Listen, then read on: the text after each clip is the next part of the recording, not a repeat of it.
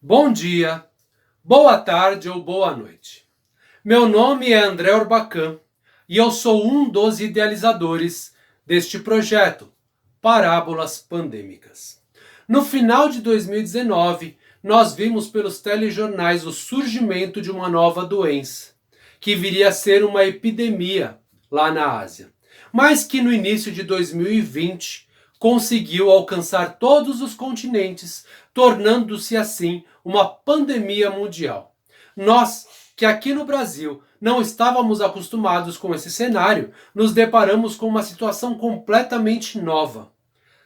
Coisas como o isolamento social, o home office constante, a higiene de produtos vindos do mercado, o uso de máscaras, se tornaram grandes problemas do nosso dia a dia. E tudo isso, claro, trouxe muita tristeza, muito medo e assolou o nosso país. Nós da Companhia Os Rouxinós não fomos diferentes. Nós também nos sentimos temerosos, nos sentimos fracos, mediante a esse grande vilão que não tinha solução e até hoje não tem grandes soluções. Por isso, para nos fortalecer, nós passamos a trocar pequenas histórias, a dialogar, a conversar e tentar ali ajudar um ao outro. Surgindo assim uma pesquisa, a pesquisa das famosas parábolas. Essas histórias antigas, tão potentes, que trazem problemas da antiguidade e que mostram como que esses personagens tão sábios resolveram e passaram por situações tão terríveis ou até mais terríveis do que essa que nós passamos hoje. Foi um momento de pesquisa e foi um momento de alento. Agora, em 2021, através da Lei Aldir Blanc, que pelo Fundo Municipal de Cultura da cidade de Santo André, nós podemos trazer essa pesquisa a você, público. Talvez trazer um certo conforto e uma reflexão. E como é que faremos isso?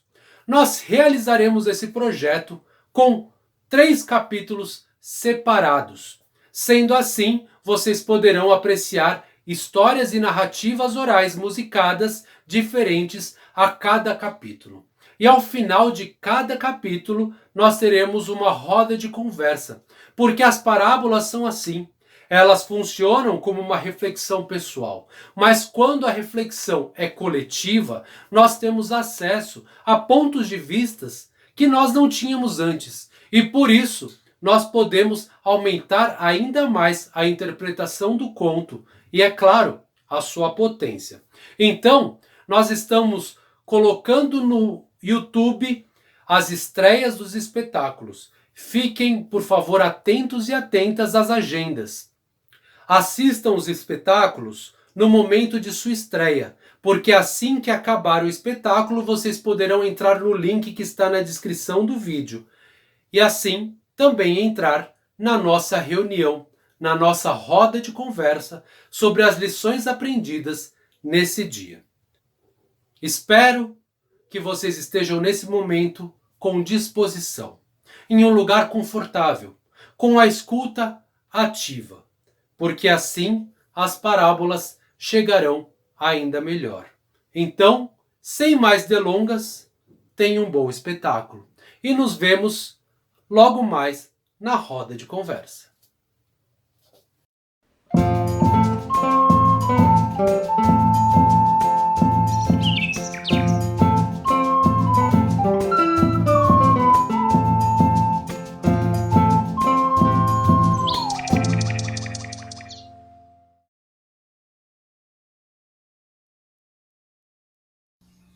Num vilarejo tibetano, morava um ancião muito inteligente, que passava seus dias estudando os conceitos budistas. E todas as manhãs, uma camponesa lhe trazia leite que ela mesma tirava de sua cabra. No passar dos dias, o ancião foi percebendo que a menina não conseguia chegar no horário combinado. Chegava sempre um pouco depois. Isso foi acontecendo por muitos e muitos dias. E então ele resolveu chamar a atenção da menina. Mas não foi isso que combinamos? Você agora, cada dia que passa, chega um pouco mais tarde? E a camponesa, envergonhada, disse ao homem que a culpa não era dela, era do barqueiro, porque entre a casa do ancião e da camponesa havia um rio, e para atravessar, a camponesa sempre precisava de um barco, e o barqueiro vinha atrasando ao pegá-la do outro lado do rio. Então o ancião disse a ela: mas você não precisa esperar o barqueiro? Você nunca recitou o mantra Om Mani Padme Hum? E a menina disse a ele que conhecia, mas que não havia recitado nenhuma vez ainda. Então o ancião disse a ela que se ela ficasse recitando esse mantra com muita fé, muito carregada de amor, ela conseguiria até caminhar sobre as águas. Bem, depois disso, a camponesa, bastante envergonhada, foi embora. E os dias foram passando. Dia após dia, a camponesa passou a chegar sempre no horário combinado. E o ancião estranhou. Depois que chamou a atenção dela, ela não perdia mais a hora. Então ele resolveu perguntar o que é que ele estava fazendo para chegar assim sempre pontual. A menina então respondeu: mas Senhor, mas foi o Senhor mesmo que me ensinou como eu conseguiria me manter aqui pontualmente todos os dias? Ele falou: eu ensinei? Sim, o Senhor me disse que se eu recitasse aquele mantra com muita fé, muito carregada de amor, eu conseguiria caminhar sobre as águas. E foi isso que eu fiz. Tenho que agradecê-lo, porque eu consegui. Graças ao Senhor, não me atraso mais. O Senhor ficou muito desconfiado. Imagina, a camponesa caminhando sobre as águas. E então ele foi até próximo do rio para observar aquele milagre. A camponesa então, recitando o mantra, foi caminhando sobre as águas. E ele então virou para o ancião e o chamou: venha, Senhor. O Senhor me ensinou a fazer isso. Venha caminhar comigo sobre as águas também. E o ancião começou a recitar o mantra, foi chegando próximo do rio, e enquanto seus pés começaram a tocar um pouquinho da beira do rio e a água, ele levantou a sua veste um pouco para não molhá-la, e à medida que foi segurando a veste e caminhando, ele começou a afundar. Ele recitava o mantra, mas não caminhou sobre as águas. A menina então virou para o ancião e disse: mas aonde está a fé do Senhor? Aonde está a fé do Senhor? Que ao iniciar o caminhar sobre o rio, levantou suas vestes para não molhá-la. Onde está a sua fé?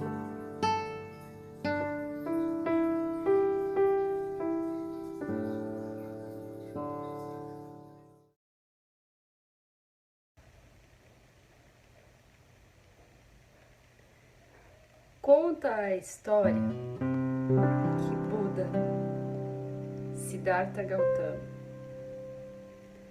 foi um príncipe que durante toda a sua vida foi poupado.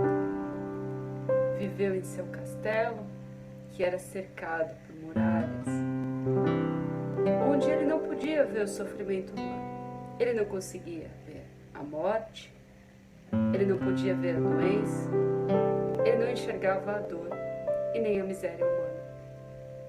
Não conhecia a pobreza. Porém, quando decidiu sair de sua armadura de proteção, ele vagou pelo mundo, entendendo a natureza do sofrimento humano, até que iluminou-se. Conta-se que certa vez ele sentou embaixo de uma árvore e ali ele meditou. Foi uma das vezes em que ele atingiu a iluminação. De sua pele exalava um doce aroma de frutas e flores. Uma névoa dourada pairava pelo ar. E toda a magia do momento ficava congelada nas retinas de quem assistisse. Porém, Buda não atraía somente bons olhos. Havia muitos invejosos. Um deles era o seu primo Devadatta. Devadatta tinha sentimentos conflituosos com relação a Buda. Ele tinha inveja, mas sentia raiva, que vinham de uma enorme admiração, porém ele também tinha vontade de matá-lo. E assim, ao observar uma cena como esta, de intensa e profunda beleza proveniente dessa iluminação, Devadatta decidiu seguir o seu desejo, decidiu matar seu primo. Esperou Buda se levantar debaixo de sua árvore e seguiu. Acompanhando seu percurso, percebeu que Buda ia passar por um caminho de onde podia ser visto lá de cima de um penhasco. E esperou lá de cima a passagem de seu primo com uma pedra na mão. Resolveu atirar a pedra para matá-lo, mirando bem na cabeça. Buda caminhava com tranquilidade, sem acelerar o passo. Seria fácil atingi-lo, porém não aconteceu. A pedra caiu muito próximo, mas não atingiu Buda, que apenas levantou os olhos. E por poucos segundos cruzou o seu olhar com o olhar de seu primo Devadatta. Devadatta, envergonhado e com muita raiva, fugiu. Saiu. Porém, tempos depois, Buda encontrou seu primo próximo ao mercado de uma cidade. E ao encontrar Devadatta, Buda apenas sorriu sinceramente, um sorriso que vinha de seu coração. Devadatta ficou confuso, ficou até indignado, não entendeu nada e perguntou: Siddhartha, Buda, por que sorriu para mim? Você sabe que eu tentei matá-lo. Por que age com bondade? Buda continuou sorrindo e disse: eu não sou o mesmo daquela tarde, que quase fui atingido pela sua pedra. Mas você também não é o mesmo que tentou e queria me atingir. Terminou com um sorriso e Devadatta virou as costas e por muito tempo não foi mais visto.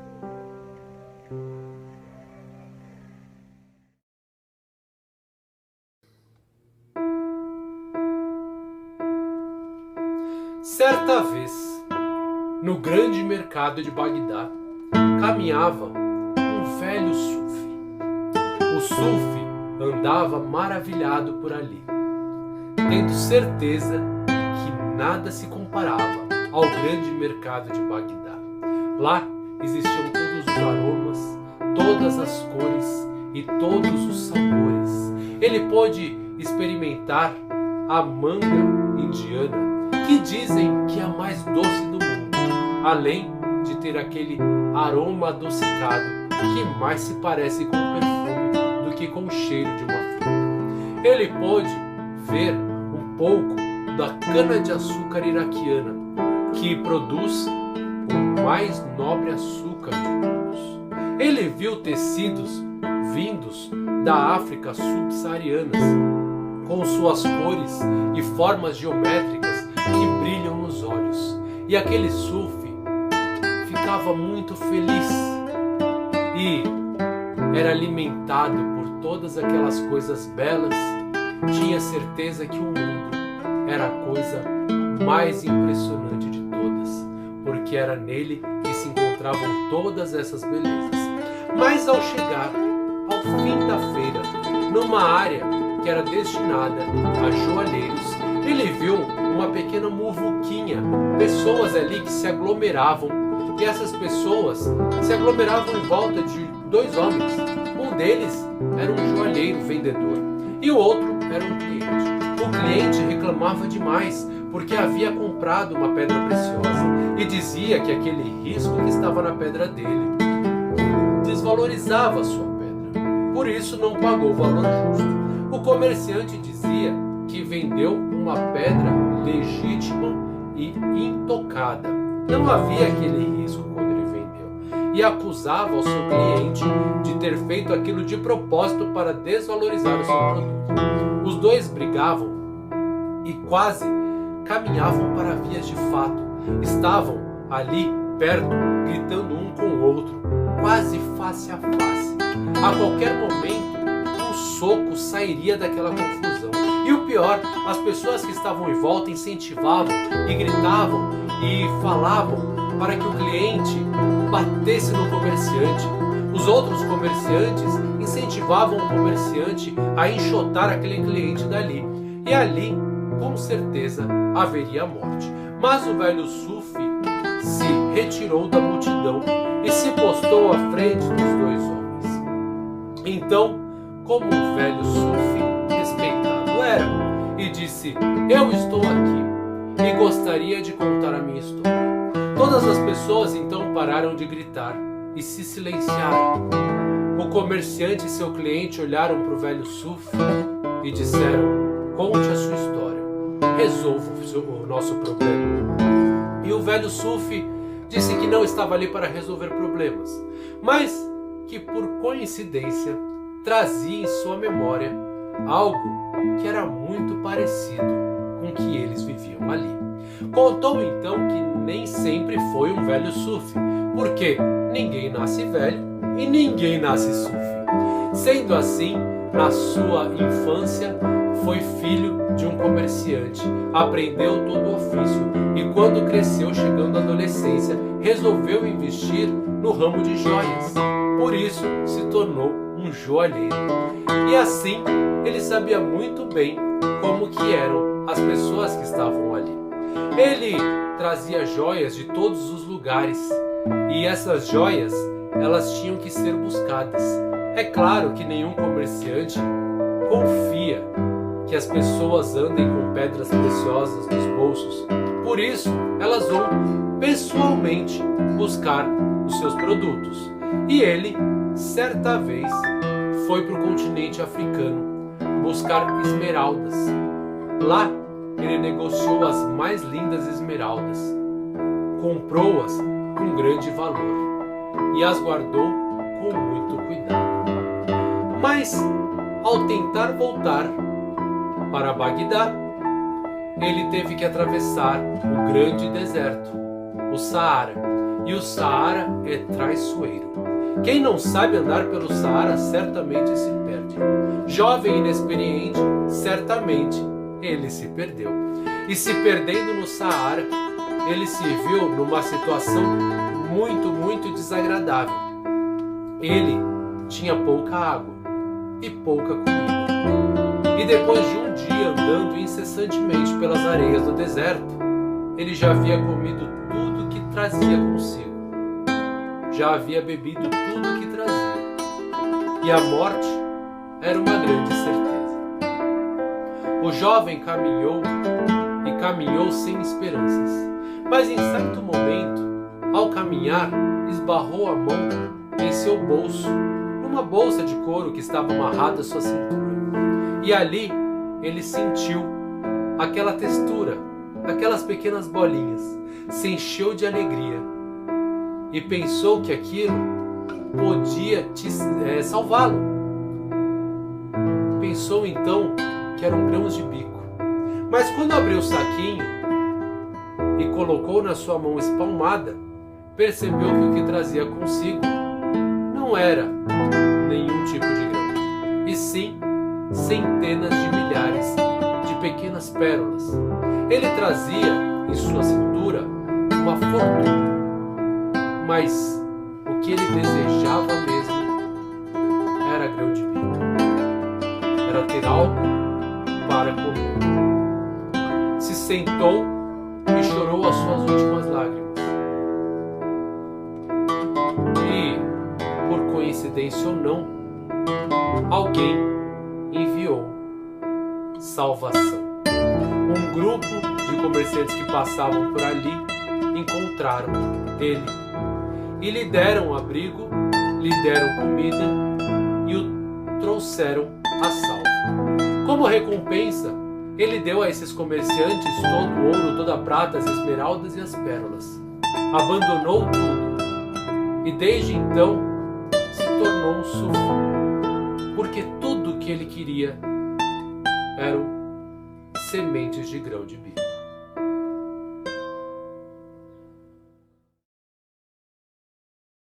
Conta-se que certa vez, na cidade do Porto, em Portugal, numa grande praça, houve um grande leilão.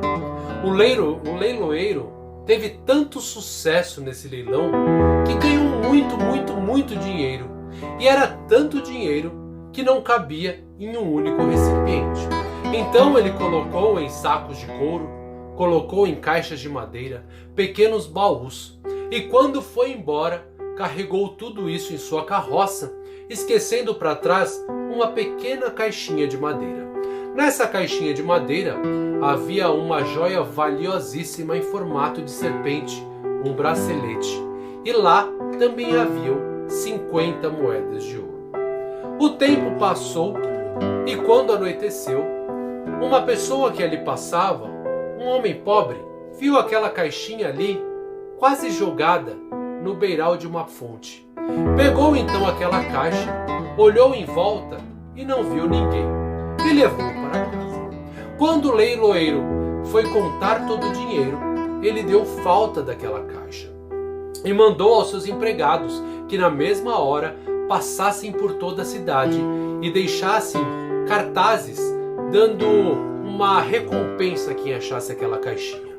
Que quem achasse aquela caixinha ganharia 10 moedas de ouro e assim poderia usufruir de todo esse dinheiro legal. O jovem pobre que tinha encontrado a caixa, quando ficou sabendo, na mesma hora foi à casa do mercador, do leiloeiro, e entregou a caixa. O leiloeiro pegou, abriu a caixa e viu a joia, fez a contagem das moedas e percebeu que nada faltava. Mas, na mesma hora, sentiu uma certa angústia. Havia prometido 10 moedas de ouro, o que é uma quantia muito elevada. Então, raciocinou rápido, olhou para o moço e disse: "Mas cadê a outra?" "A outra o que, senhor?" "A outra serpente. Na caixa tinham 2 serpentes e 50 moedas de ouro." O jovem disse que não, que ele encontrou apenas aquela serpente e as moedas de ouro e devolveu do mesmo jeito que ele havia encontrado. O mercador então disse: "Então não lhe pagarei nada, porque essa serpente que está faltando, ela tem mais valor do que as 10 moedas de ouro. Então vá para casa e fique feliz." O jovem ficou enraivecido Aquilo não era justo, aquilo não foi o prometido. Ele ficou tão tocado com aquilo que pediu uma audiência com o rei. E o rei, é claro, o atendeu. Então ele contou toda a história. Falou do leiloeiro, falou da caixinha, falou da joia e falou que foi acusado de roubo. O rei olhou para aquele homem em farrapos, olhou para os seus ministros e se trancaram numa sala. Os ministros todos julgaram a favor do comerciante e falaram que o comerciante era um homem muito rico e era um homem muito conhecido também. Não havia por que mentir. Já o jovem pobre, a gente conhece muito bem essas pessoas. Ainda assim, o rei ficou encafifado. Aquilo ficou ressoando na sua cabeça e não passava. Então ele chamou o conselheiro real, que era um velho bem velhinho, uma pessoa que já tinha vivido muito e já tinha passado por muitas coisas. Mas ele não soube resolver o problema. Pediu então ao rei que chamasse uma audiência com os dois ao mesmo tempo, e assim eles ouviriam as duas versões. Chegou o dia, o homem pobre e o mercador foram até o rei e contaram as suas versões. O rei via verdade na palavra dos dois. O conselheiro real também. Ele então disse ao rei que não poderia julgar aquele caso, porque ali certamente haviam duas verdades diferentes, e as verdades devem ser levadas em conta. Disse também ao rei que, sendo assim, o jovem encontrou aquela caixa daquela forma e devolveu-a. Por isso, ele merece a sua recompensa. Pediu que o rei desse as 10 moedas de ouro para o jovem e pegasse a caixa. E foi isso que o rei fez. O jovem pegou suas moedas de ouro e ficou satisfeito na frente do rei. Já quanto ao comerciante, o velho disse: certamente essa caixa não é a sua caixa. Você provavelmente perdeu uma caixa igual a essa, com 2 serpentes de ouro e 50 moedas. Então esta caixa ficará em poder do rei, enquanto você que procure a sua caixa. O comerciante, quando ouviu aquilo e percebeu que ia perder todo o conteúdo, na mesma hora se ajoelhou, chorou de vergonha e pediu 1000 perdões e confessou o que havia feito. O rei olhou para ele e disse: muito bem, meu conselheiro, não existe forma melhor de trazer a verdade mediante a mim. Sendo assim, você, mentiroso comerciante, deverá dar ao jovem pobre não apenas as 10 moedas que retirei da caixa, mas também a serpente de ouro, para tentar diminuir um pouquinho essa injustiça que você fez. Foi isso que o comerciante fez, e assim foi, e assim sempre será.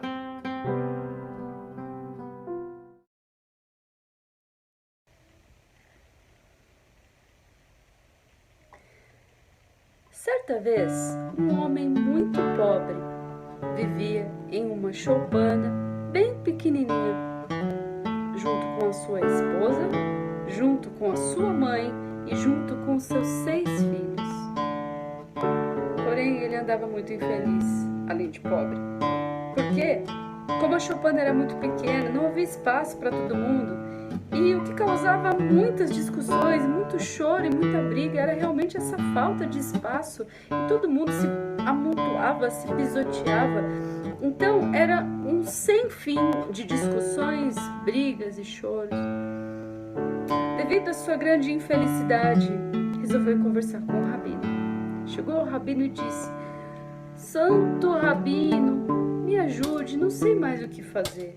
Eu sou pobre, moro em uma choupana pequena, vivo com minha mãe, com a minha mulher e com mais 6 crianças e brigamos o tempo todo. As crianças choram e brigam o tempo todo. O que devo fazer, rabino? O rabino alisou a barba, pensou: eu senhor tem algum tipo de criação de galinhas? O homem respondeu: sim, eu tenho algumas galinhas, tenho um galo e alguns patos. Por quê? E o rabino respondeu: pois então, leva eles para dentro da sua casa. O homem achou muito estranho, mas não questionou. Acho que podia ajudar, né? Ele acreditava no rabino. Então, chegou em casa e colocou as galinhas, o galo e alguns patos dentro de casa. A situação piorou, porque além dos choros, dos gritos e das discussões dos adultos e das crianças, agora existiam cacarejos e existiam penas na sopa. Piorou muito, ele ficou muito infeliz. Foi ter de novo com o rabino. Santo rabino, agora eu estou tão, mas tão mais infeliz. Pense, além dos choros, dos gritos e das discussões, porque minha casa é muito pequena, agora temos cacarejos e temos penas voando. Tinha até pena na sopa. O rabino olhou bem para ele e falou: o senhor tem um bode? O homem olhou e falou: sim, tenho um bode.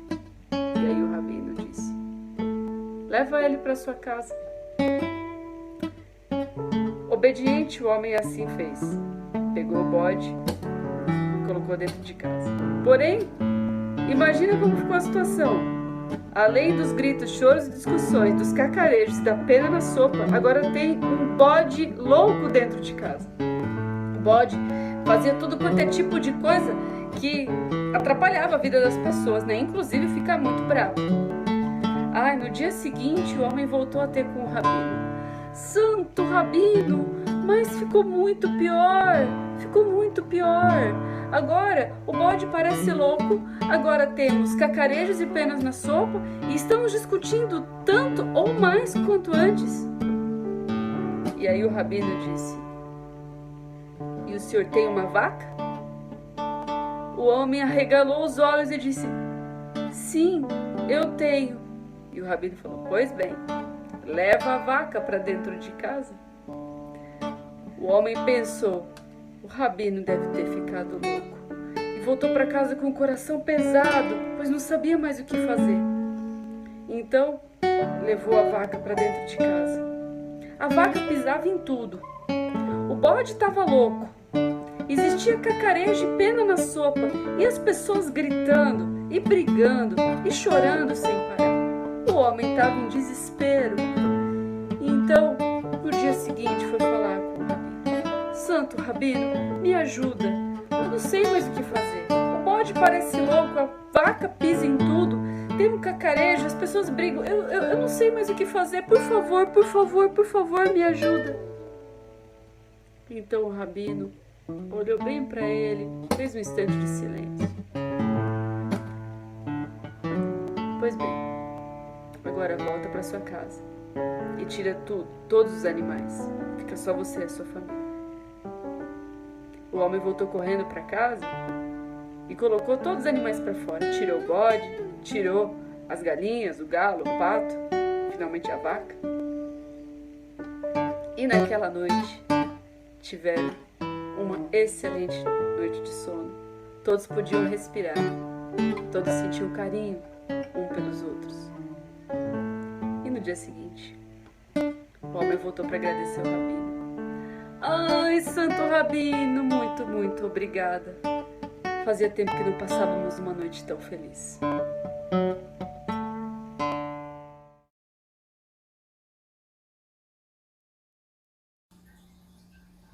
De frente para a praia, morava uma família, pai, mãe e uma menininha.